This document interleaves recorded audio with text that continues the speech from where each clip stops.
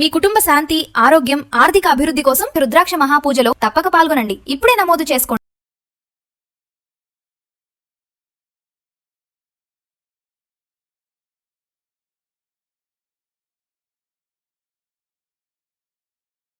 నమస్తే సార్. నమస్తే. Sir, rupee week అవ్వడము, ఇన్ఫ్లేషన్ పెరగడము, ఇంకా ఇంపోర్ట్స్, వీటికి మధ్య ఉన్నటువంటి రిలేషన్ గురించి ఒకసారి మాట్లాడుకుంటే అసలు ఎందుకు రూపీ వీక్ అవుతుంది అంటే? సో బేసికల్గా ఏదైనా కరెన్సీ ఎందుకు అప్ అండ్ డౌన్ అవుతుంటుందంటే ఆ దేశం ఇంపోర్ట్స్ ఎక్స్పోర్ట్స్ డేటా బాగా ఇన్ఫ్లుయెన్స్ చేస్తూ ఉంటుందండి. ఇండియా మేజర్గా ఏంటంటే ఇంపోర్ట్ ఓరియంటెడ్ ఎకానమీ, ఎక్స్పోర్ట్స్ చాలా తక్కువ అనమాట. మనకి ఎక్స్పోర్ట్స్ ఐటీ నుంచి అండ్ కొత్త పెట్రోలియం కూడా మనం ప్రాసెస్ చేసి పంపిస్తూ ఉంటాం. పెట్రోల్ ప్రొడక్ట్స్ నుంచి కొంత అండ్ టెక్స్టైల్స్, ఫార్మా, ఇలా కొన్ని ఇండస్ట్రీ నుంచే మనకి వస్తుందన్నమాట. బట్ ఇంపోర్ట్ చాలా ఎక్కువ ఉంటుంది. ఇంపోర్ట్స్ చాలా ఎక్కువ. గోల్డ్ గురించి మాట్లాడుకుంటున్నాం అంటే 12 lakh crore వర్త్ గోల్డ్ మనం ఇంపోర్ట్ చేసుకుంటున్నాం. అండ్ క్రూడ్ లాస్ట్ ఇయర్ బిల్లే 15 lakhs crore, ఈ సంవత్సరం అది 22 lakhs crore కాబోతుంది. అండ్ అన్ని కోట్ల వర్త్ దాన్ని మనం ఇంపోర్ట్ చేసుకుంటున్నాం. రేట్లు పెరగడం ఒక పద్ధతి అయితే, కరెన్సీ వీకౌట్ ఇంకో తలకాయ నొప్పి. రేటు పెరిగిందనుకోండి మనం ఎక్కువ రేట్ ఇచ్చుకోవాలి, ప్లస్ కరెన్సీ వీక్ అయింది అనుకోండి ఇంకా ఎక్కువ డబ్బులు ఇచ్చి మరి తీసుకోవాలి. అందుకని మన డబ్బు బయటకు వెళ్ళిపోతుంది, అది వీక్ అయిపోతుంది అనమాట రాను. ఈ సంవత్సరం దరిద్రం ఏంటంటే యుద్ధాలు ఎక్కువ అవుతుంది కంటిన్యూస్గా. ఎఫ్ఐ సెల్లింగ్ కూడా హెవీగా ఉంది. ఈ సంవత్సరం ఇప్పటికే వాళ్ళు 2 లక్షల కోట్ల వర్త్ అమ్మేసుకుని వెళ్ళిపోయారు. గోల్డ్ ఐటమ్ బాగా పెరిగిపోయింది, అది ఇంపోర్ట్ కాస్ట్ ఇంకా పెరుగుతుంది. అందుకని ఇటు గోల్డ్, అటు ఎఫ్ఐ సెల్లింగ్, ఇటు ఇంపోర్ట్స్ కాస్ట్లీ అవుతాయి. వీటన్నిటి వల్ల ఏంటంటే ఎకానమీ బాగా స్ట్రెస్ గురవుతుంది. ముందు రోజుల్లో ఈ పరిస్థితులు ఇంతే కంటిన్యూ అయితే మేనేజ్ చేయడం కష్టం కాబట్టి బహుశా ట్యాక్స్లు పెంచడానికి ముందే రెడీ చేస్తున్నట్టున్నారు పబ్లిక్ని. అది మోడీ గారు ముందే హింట్ ఇస్తున్నట్టుందన్నమాట, దాని మీనింగ్ అది. సో రూపీ వీక్ అయింది అనుకోండి, ఇంపోర్ట్స్ కాస్ట్లీ అయిపోతాయి. కాస్ట్లీ అయినప్పుడు ఎక్కువ రేట్ పెట్టి మీకు కొన్నారు కాబట్టి ఎక్కువ రేట్ చెప్తారు. తద్వారా లోకల్గా అఫోర్డబిలిటీ అందరికి ఉండదు కదా, ఇన్ఫ్లేషన్ పెరిగిపోతుంటుంది. ఇన్ఫ్లేషన్ పెరిగితే ఇంకేముంటుంది, సేవింగ్స్ తగ్గిపోతుంటాయి. సేవింగ్స్ తగ్గితే ఏముంటుంటే ఇన్వెస్ట్మెంట్స్ తగ్గిపోతాయి ఆటోమేటిక్గా. అప్పుడే క్రైసిస్ వస్తుంది అనమాట. జింబాబ్వే ఇలాంటి కొన్ని కంట్రీస్ అయితే వాళ్ళ రూపీ బాగా వాళ్ళ లోకల్ మనీ వీక్ అయ్యి కొన్ని లక్షల్లో డాలర్లోకి వెళ్ళిపోయింది వాళ్ళవి. రీసెంట్గా టర్కీ కానీ పాకిస్తాన్ కానీ ఇవన్నీ కూడా రూపీ బాగా వీక్ అయిపోయినాయి కదా. కరెన్సీ అంత వీక్ అయిపోతే అంత వర్షటైర్ వద్ద కంట్రీ. దాని అర్థం అది ఎకానమీ కంప్లీట్ జీరో వద్దని కాదు, బట్ ఎకానమీ చాలా స్ట్రెస్ గురవద్దు అనమాట. ఓకే, అందుకని ఎక్కడైనా సరే కరెన్సీ టూ మచ్ ఫాస్ట్ కనుక వీక్ అయితే అండ్ కరెన్సీ కనుక డివాల్యూట్ అవుతుందంటే ఎకానమీ స్ట్రెస్ అవుతూ ఉంటుంది అనమాట.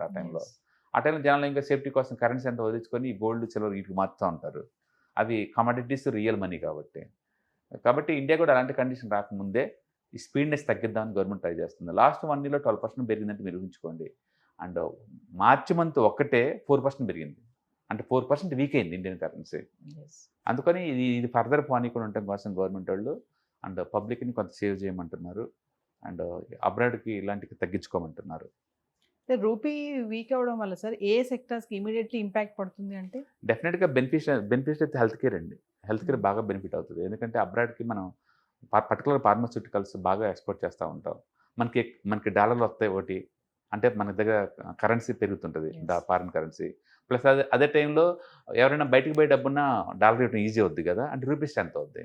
అందుకో రూపీ వీక్నెస్ తగ్గాలి అంటే మన డాలర్ సంపాదించడం బిన్ చేసుకోవాలి. రెండోది టెక్స్టైల్స్ మనం బాగా ఎక్స్పోర్ట్ చేస్తాం ఆ ఏరియాలో, అవి ఇప్పుడు ఈ మధ్య ఎలక్ట్రానిక్స్ మ్యానుఫ్యాక్చరింగ్ కూడా బిన్ అది ఎక్స్పోర్ట్ చేసినా వస్తుంది. మొత్తానికైతే మేక్ ఇన్ ఇండియా థీమ్ ఎంత గట్టిగా తీసుకెళ్తే మనకంత త్వరగా డాలర్స్ వస్తాయి, రూపీ మీద వీక్నెస్ తగ్గిపోద్ది. అదే టైంలో ఇంపోర్ట్స్కి ఆల్టర్నేటివ్గా లోకల్గా డెవలప్ చేసుకోవాలి. ఇంపోర్ట్స్కి ఆల్టర్నేటివ్గా అప్పుడు ఏంటంటే మన మనీ బయటికి పోతుంది. రూపీ తగ్గితే సార్ ఇన్ఫ్లేషన్ ఎలా పెరుగుతుంది? రూపీ తగ్గింది అనుకుందాం. తగ్గడం అంటే ఇది వీక్ అవటం కదా. లాస్ట్ ఇయర్ 85 రూపాయలకు ఒక డాలర్ వచ్చేది కదా, ఈ సంవత్సరం మీరు ఎక్కువ పే చేయాల్సి కదా.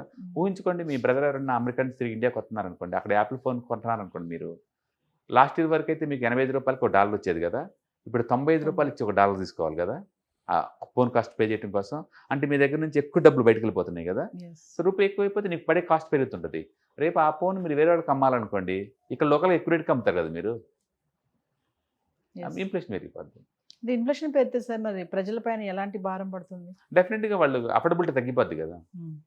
అఫోర్డబిలిటీ తగ్గిపోద్ది. ఇప్పుడు సినిమా 200 రూపాయలు ఉన్నప్పుడు మనం చూస్తాం, 400 అయింది అనుకోండి, సంవత్సరం ఒకటే చూస్తాం, నెలకు చూసే బదులు. అట్లా ప్రతిదీ ఎనికిపోద్ది, కన్జంప్షన్ అంతా ఎనికిపోద్ది అనమాట. సేవింగ్స్ తగ్గిపోతాయి కాబట్టి. సేవింగ్స్ తగ్గింది అనుకోండి, ఇన్వెస్ట్మెంట్ ఎలా చేయగలుగుతారు?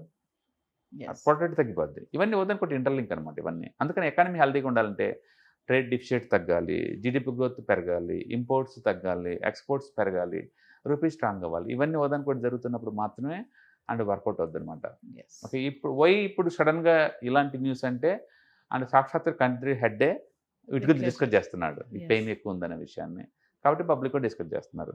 ఇప్పుడు మినిస్టర్ కూడా డిస్కస్ చేస్తున్నారు ఈ విషయాల్లో. ఈవెన్ పెట్రోల్ మినిస్టర్ కూడా ఈరోజు సేవింగ్ థింగ్స్ మంచిది, ఇప్పటికైనా మనం రిలేజ్ అవుతున్న విషయాల్లో అండ్ పబ్లిక్కి రెస్పాన్సిబిలిటీస్ ఉండాల్సిందే, ఎంతకంత సేవ్ చేయండి అంటున్నారు. Yes. Thank you sir. Right.